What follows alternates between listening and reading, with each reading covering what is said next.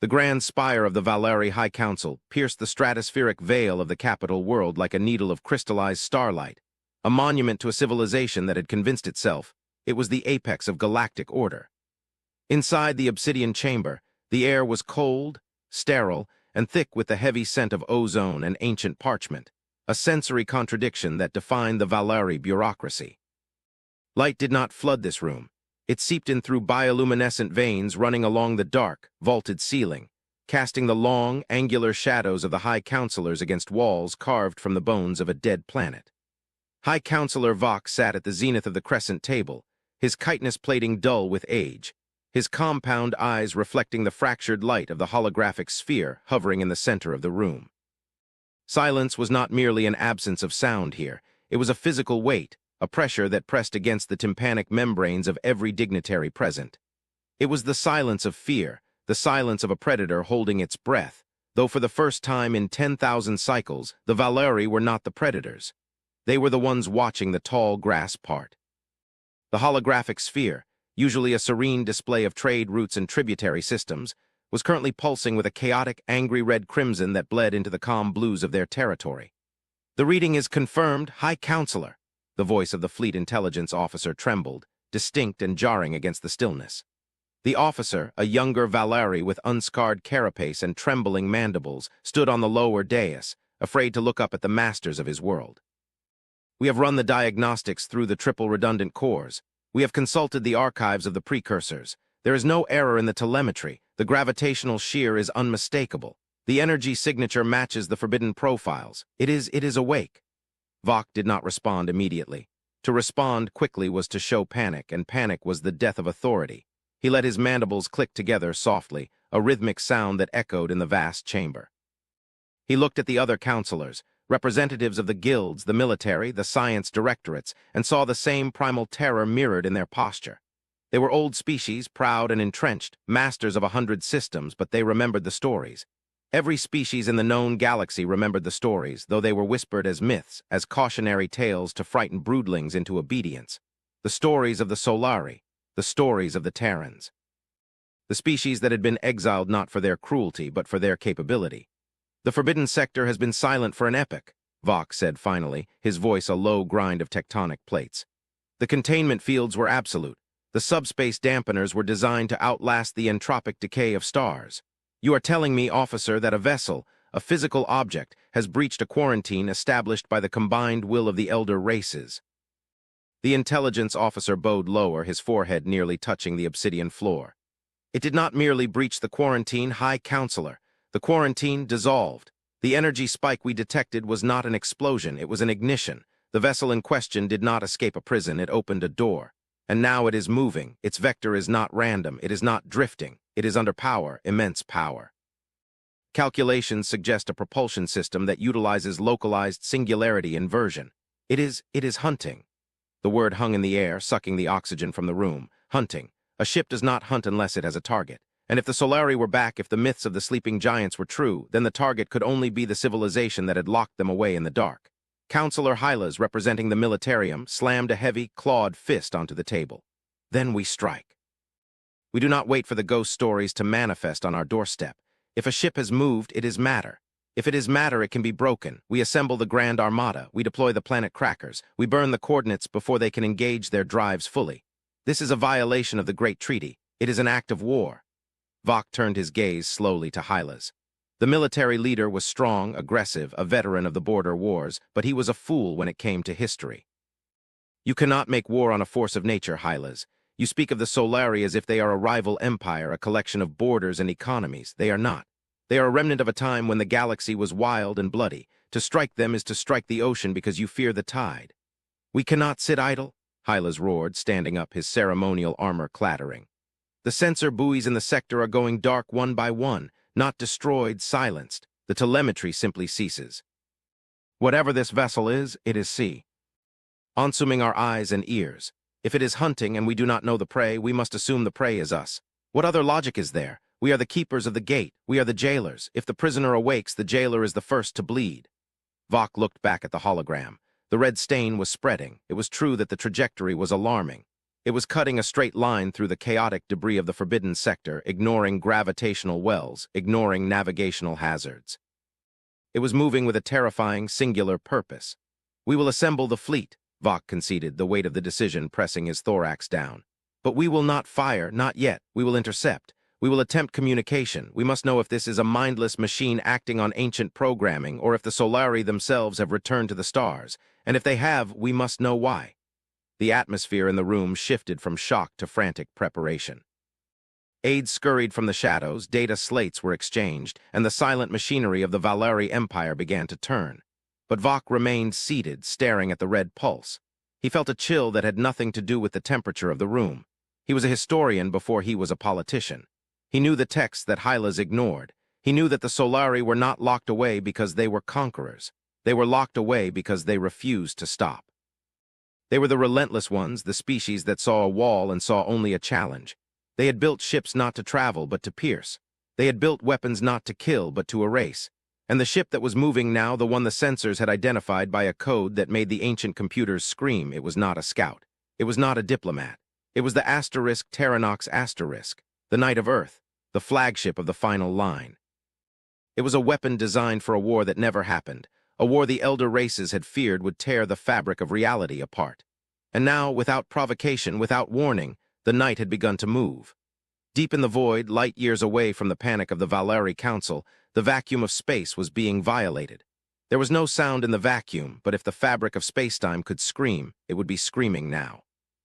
A tear, jagged and violent, ripped open in the darkness of the dead sector, a region of space filled with the skeletal remains of planetary collisions and dust clouds thick enough to choke sensors. Through this tear, something massive emerged. It did not glide. It shoved the universe aside. The Terranox was less a ship and more a moving fortress, a brutalist slab of dark gray alloy that absorbed the starlight, rendering it a silhouette against the nebulae. It was miles long, a jagged spearhead of industrial might, covered in antennas that twitched like insect legs and weapon batteries that slumbered in heavy armored housings. There were no running lights, no decorative fins, no grace. It was a machine built for one purpose, to end things. Inside the bridge of the Terranox Asterisk, the atmosphere was not one of conquering glee, but of cold, sterile awakening. Dust motes that had settled for millennia were disturbed by the sudden circulation of air. Consoles that had been dark since the age of expansion flickered to life, amber and green text scrolling across screens faster than any organic eye could read. Commander Julian Vance opened his eyes. The cryo-sickness hit him instantly, a wave of nausea and disorientation that he pushed aside with a practiced mental discipline. He gasped, the air tasting metallic and recycled, and pulled himself from the gel-filled pod. Around him, other pods were hissing open, the hiss of escaping gas the only sound in the cavernous bridge. He did not speak. There was no need for words yet. He floated in the zero gravity for a moment, orienting himself before his magnetic boots caught the deck plating with a heavy clang. He walked to the central command pedestal, his movements stiff but precise. He was a human of the old stock, genetically perfected for long-haul void warfare, his mind augmented to interface directly with the ship's machine spirit. He placed a hand on the console. "Report," he rasped, his voice unused for eons. The ship answered him, not with a voice but with a stream of data directly into his neural cortex. System status, green. Reactor output, 98%. Weapons array, online. Target acquisition, locked. Distance to target. Vance asked aloud, needing to hear the sound of his own voice to anchor himself in reality. "Target is moving," the ship's AI responded, a voice that sounded like grinding stones. "Target is elusive. Signature matches the Omega profile. Current location, Vector 9 Alpha encroaching on Valeri space." Vance narrowed his eyes. Valeri space. He remembered the Valeri, proud, bureaucratic, fearful. They had been the ones to demand the quarantine. They had called the humans dangerous, reckless. They hadn't understood. They nev. Understood. The humans hadn't gone into the dark because they were forced to. They went because they were the only ones who could hold the line. And now the line had been crossed. "Set intercept course," Vance ordered. "Maximum burn, ignore the Valeri patrols. If they engage, disable them. Do not destroy unless necessary. Our ammunition is not for them." The Terranox Asterisk groaned, a sound that vibrated through the hull as the singularity drives engaged. The stars outside the viewport stretched, then snapped, and the ship vanished from normal space, tearing a hole through the subspace layers, hunting. The hunt was not a chase. It was a mathematical inevitability. The thing they were hunting, the thing the sensors called the Omega, was an ancient enemy, a shadow that lived between the stars, feeding on entropy. It had been asleep as long as the humans had, but now it was awake and it was hungry. And it was heading straight for the heart of the Valeri Empire. Back in the Valeri capital, the situation had deteriorated from controlled panic to absolute chaos. The Grand Armada had assembled, a glittering collection of elegant, teardrop-shaped warships, their hulls shimmering with iridescent shields. They were beautiful, deadly works of art, numbering in the hundreds, a display of force that would have terrified any conventional enemy. But Admiral Kalen, standing on the bridge of the flagship Pride of Valor did not feel terrifying. He felt small. He watched the sensor readings with a growing sense of dread. The intruder was moving faster than anything should move. It was dropping out of subspace, then jumping back in, skipping across light years like a stone across a pond. And it was heading right for them. All ships lock target, Kalen ordered, his voice steady despite his racing hearts. Form the defensive sphere, charge the particle lances. We will give them one warning. The space in front of the Armada distorted. Gravity waves rippled outward, shaking the Valeri ships, causing shields to flare and flicker. Then the Terranox arrived. It didn't decelerate, it simply stopped, an instant negation of inertia that defied physics. One moment it was not there, the next it was a wall of dark metal filling the forward view screens. The sheer scale of it was paralyzing. The Pride of Valor a massive dreadnought by galactic standards, looked like a toy beside the human vessel. The human ship was scarred, pitted with micrometeoroid impacts, wearing its age like armor. It was ugly, brutal, and utterly magnificent. "Hail them," Kalen whispered, his throat dry. "Open all frequencies." The communications officer scrambled to comply. "Channel open, Admiral, broadcasting standard diplomatic protocols." Kalen straightened his posture, though he knew the alien commander could not see him yet. "Unidentified vessel," he spoke into the transmitter. "This is Admiral Kalen of the Valeri High Fleet. You have entered sovereign space in violation of the ancient accords. Power down your engines and submit to inspection, or we will be forced to open fire. This is your only warning." Silence followed, a long, stretching silence that lasted for minutes. The Valeri crews watched their sensors, fingers hovering over firing studs. Then the response came. It was not audio. It was a text transmission overriding their main screens, translating instantly into the Valeri script. "We are not here for you. Move." The bluntness of the message was like a slap. No pleasantries, no recognition of authority, just a command. Kalen bristled. "They treat us like obstacles," he muttered. "Target their engines. Fire a warning shot across their bow. Let them know we are not to be dismissed." A single particle lance, a beam of concentrated energy capable of slicing a cruiser in half, lashed out from the Pride of Valor It struck the void just ahead of the Terranox S prow, a blinding flash of warning. The reaction was instantaneous. The human ship did not fire back. Instead, a single turret on its dorsal hull rotated. It didn't glow. It didn't charge. It simply emitted a pulse of localized gravity. The beam of the particle lance, still dissipating in the vacuum, was grabbed, twisted, and folded back on itself, dissipating harmlessly into a singularity the size of a marble. "By the void," the tactical officer breathed. "They manipulated the energy stream. They didn't shield against it. They redirected the physics of it." On the bridge of the Terranox Vance watched the display with a tired sigh. "They are children playing with matches," he murmured. "Lieutenant, ignore them. We have the signal. The Omega is close. It's using their fleet as cover. It knows they will distract us." He tapped the console. "Open a wideband channel, audio this time. Let them hear us." The speakers on every ship in the Valeri fleet crackled. The voice that emerged was deep, synthesized, and layered with the weight of centuries. "Valeri fleet, this is command. Dare Vance of the Terran stewardship. We are not your enemy, but you are standing in the shadow of something that will consume you. Adjust your sensors to the hyperspectrum. Look behind you. Look at the shadow of your own moon." Kalen froze. He looked at his sensor officer. "Do it, hyperspectrum." The officer hesitated, then adjusted the inputs. The main screen shifted, the colors inverting, revealing the invisible layers of radiation and dark matter. And then they saw it. Clinging to the dark side of the Valeri moon, a parasitic entity of immense size was uncoiling. It was not a ship. It was a creature of void energy and biological matter, a writhing mass of tentacles and shadow that barely registered on normal sensors. It was leaching energy from the moon's core, feeding, growing. It was the reason the sensors had been going dark. It was the silencer. The Valeri had been so focused on the approaching warship that they hadn't noticed the monster eating their garden. "What? What is that?" Kalen whispered, horror dawning on him. "That," The human voice returned, calm and terrible, is a void harvester, a biological weapon left over from the Dawn War. It wakes when civilizations reach a certain energy density. It eats stars, it eats worlds, and it is about to feed on your home planet. The Terranox began to move again, sliding past the Valeri fleet with agonizing slowness. We were not exiled, Admiral. We were placed in cryostasis to wait. We are the alarm system, and the alarm is ringing. Stand down or be destroyed by the crossfire. The realization hit the Valeri High Council like a physical blow. In the obsidian chamber, Vok watched the feed from the fleet. The arrogance of the Valeri, the belief that they were the masters of the galaxy, crumbled in seconds. They had thought the humans were the monsters. They had thought the asterisk Terranox was a destroyer. But as the massive human ship positioned itself between the Valeri fleet and the moon, Vok saw the truth. It was a shield, a jagged, ugly, terrifying shield. The Valeri fleet was useless against the Void Harvester. Their weapons were designed to fight ships, to fight matter. The Harvester was phased, partially existing in subspace. Conventional weapons would pass right through it.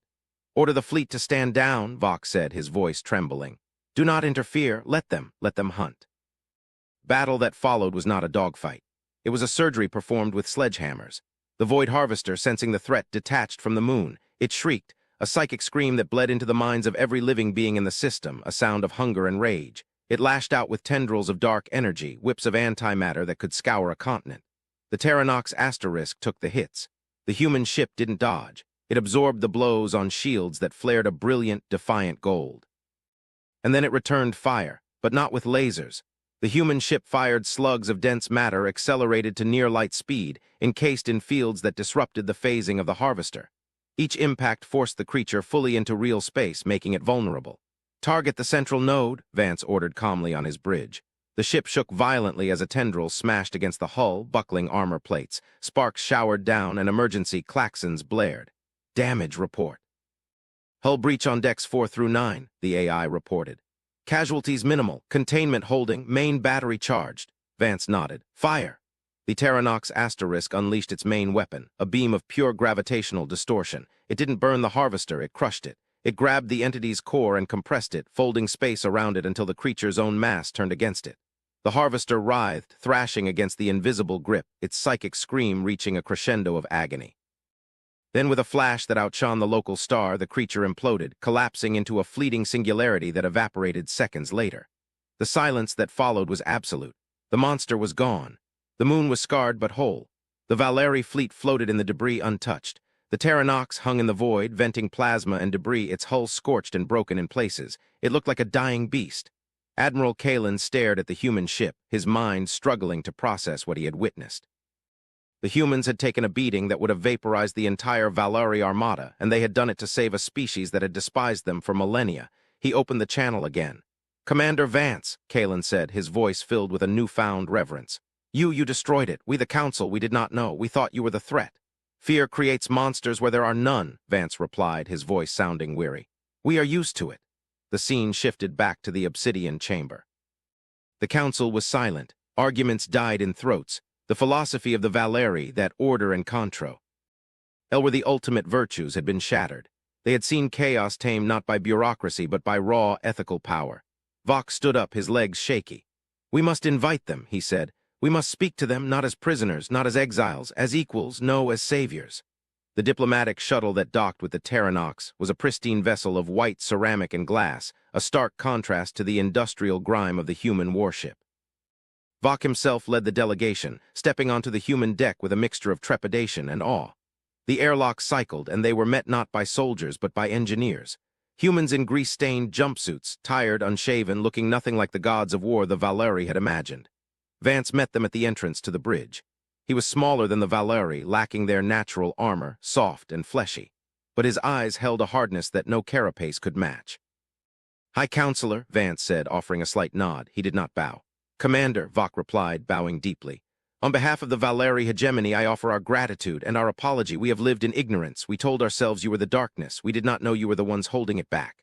Vance sighed, leaning against a bulkhead. We aren't heroes, Counselor. We're janitors. The galaxy is old. It's full of messes left behind by things older than both of us. Someone has to clean them up. Is that why you slept? Vok asked. To wait for the mess.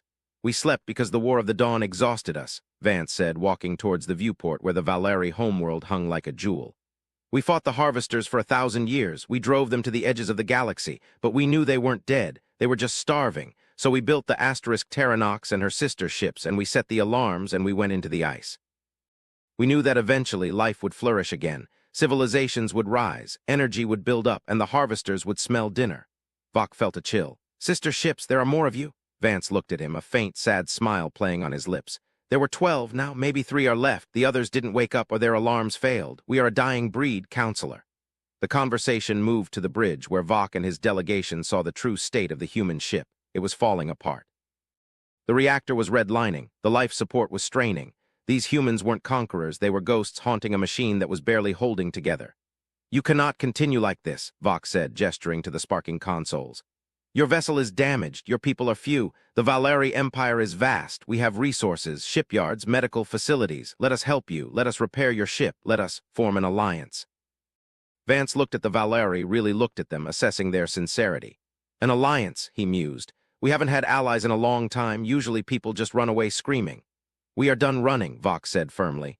We have seen the truth. The universe is darker than we thought. We cannot face it alone. You have the strength, but we have the numbers. We have the logistics. Together. Together, Vance finished, we might actually survive what's coming.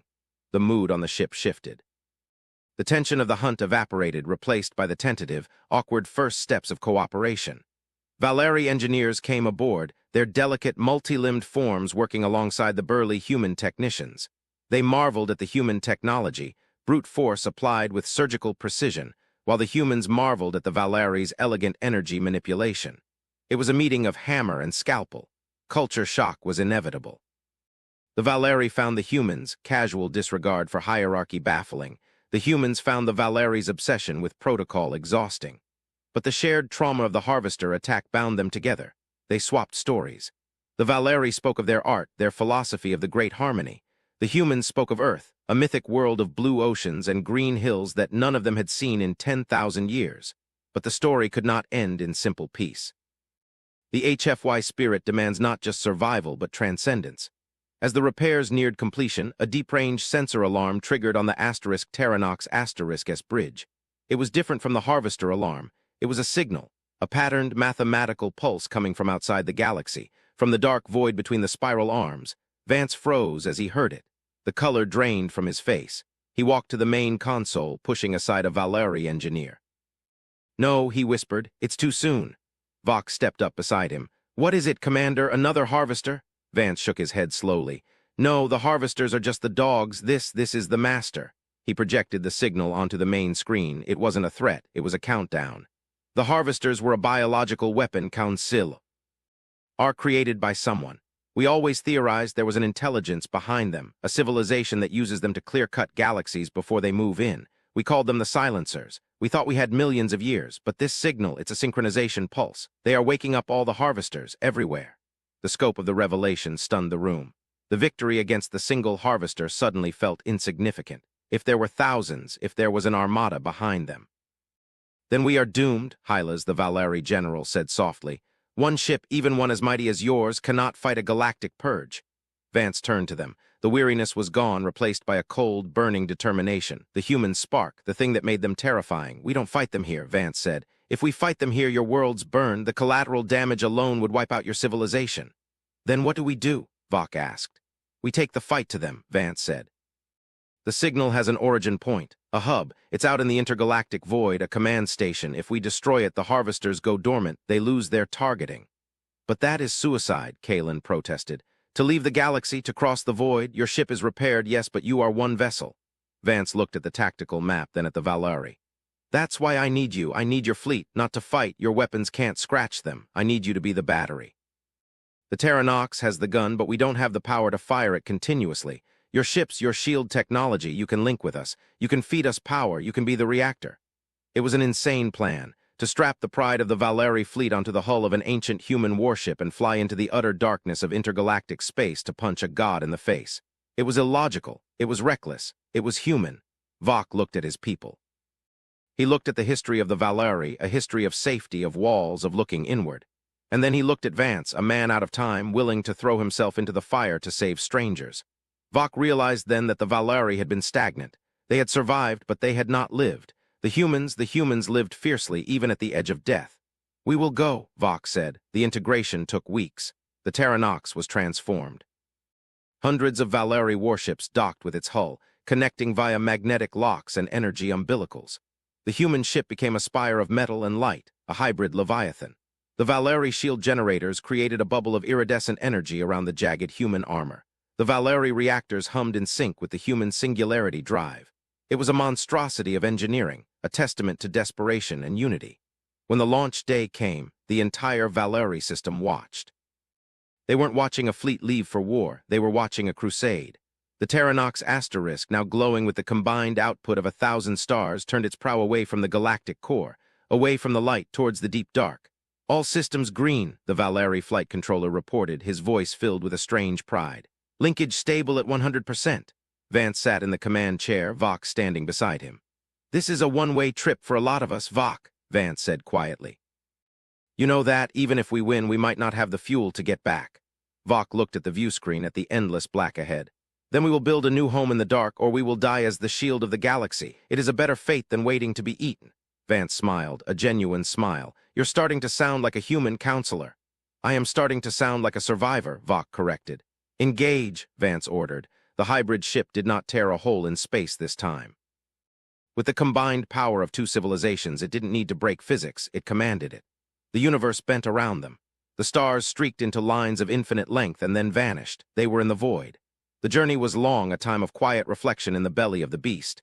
Humans and Valeri lived side by side, sharing meals, sharing fears. They realized they were not so different. Both feared the dark. Both wanted to protect their young. The humans just had a different way of showing it, by baring their teeth. The Valeri learned that human aggression was not malice, it was a trauma response. Humans were a species that had been hunted so often they had forgotten how to be anything but the hunter. And the humans learned that Valeri caution was not cowardice, it was the burden of having something to lose. When they reached the coordinates, the scale of the threat became real. The command hub was not a station. It was a Dyson sphere built around a brown dwarf star, hovering in the emptiness between galaxies. It was dark, silent, and bristling with the dormant forms of thousands of void harvesters. The silencers were there, insected beings of immense intellect and zero empathy, managing the harvest of the universe like a spreadsheet. The arrival of the Terranox asterisk must have been a shock to them. A primitive species from a backwater galaxy riding a cobbled-together ship daring to cross the void. The sphere defenses activated. Swarms of automated drones, billions of them, flooded the space. "Shields up!" Kalen shouted from his station. "Channeling all power to forward deflectors." The battle was a storm of light in the darkness. The Valeri shields held, glowing white-hot under the barrage. The human weapons sang their song of gravity and death. The Terranox asterisk carved a path through the drone swarm, a plow moving through snow, but the Dyson sphere was powering up. A weapon of planetary scale was turning towards them. "We can't tank that shot," Vance yelled over the alarms. "We have to hit the core before they fire. We need more speed," the pilot screamed. "The drag from the drones is too high," Vance looked at Vox. "Have to jettison the outer ring. The Valeri ships on the perimeter, they have to detach. They have to engage the drones to clear a path." It was a death sentence for those ships. To detach was to lose the main shield. To stay behind was to be overwhelmed. Vox didn't hesitate. He toggled the fleet-wide comms. "Outer ring, this is High Counselor Vox. Detach and engage. Clear the path for the Terranox asterisk. For the home, for the galaxy." "For the galaxy," the voices returned in unison. Hundreds of Valeri ships released their clamps. They peeled away, their engines flaring, diving into the swarm of drones. They fired everything they had, drawing the fire, creating a tunnel of exploding metal and plasma. It was a sacrifice of biblical proportions. The Terranox asterisk, lighter and faster, surged forward. "Target the star," Vance roared. "Invert the singularity drive. We're going to turn their own power source into a black hole." The sphere's weapon fired, a beam of annihilation. But the Terranox twisted, the pilot pushing the engines beyond the red line. The beam clipped their flank, vaporizing 3 decks and a dozen attached Valeri cruisers, but the ship held. They were inside the sphere's perimeter. "Drop the package!" The Terranox asterisk ejected its own singularity core. The drive unit, unstable and overloading, shot towards the brown dwarf. The ship turned hard, burning its maneuvering thrusters to escape. The core struck the star. The inversion field expanded. The brown dwarf didn't explode, it collapsed. The gravity well deepened infinitely in a microsecond. The Dyson sphere groaned, its structure buckling as it was dragged inward. The harvesters, the drones, the silencers, everything was pulled into the crushing embrace of the new black hole. The Terranox rode the shockwave out, surfing the event horizon. The G-forces knocked everyone unconscious. When they woke, the silence was back. Vance pulled himself up to the viewport. The sphere was gone. In its place was a swirling accretion disk, a tombstone for the silencers. The signal had stopped. He looked around the bridge. Vok was alive, nursing a broken arm. The bridge crew was battered but moving. Sensors showed the fleet. They had lost half the Valeri ships. The Terranox was a wreck, but they were alive. "We did it," Vok whispered, disbelief coloring his tone. "We stopped the harvest." Vance nodded slowly. "For now, there are other galaxies, other spheres, but we bought time." A lot of time.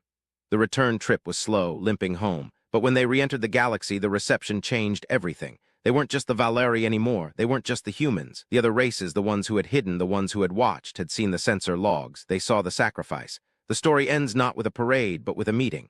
A new council was formed. The grand spire of valor was expanded.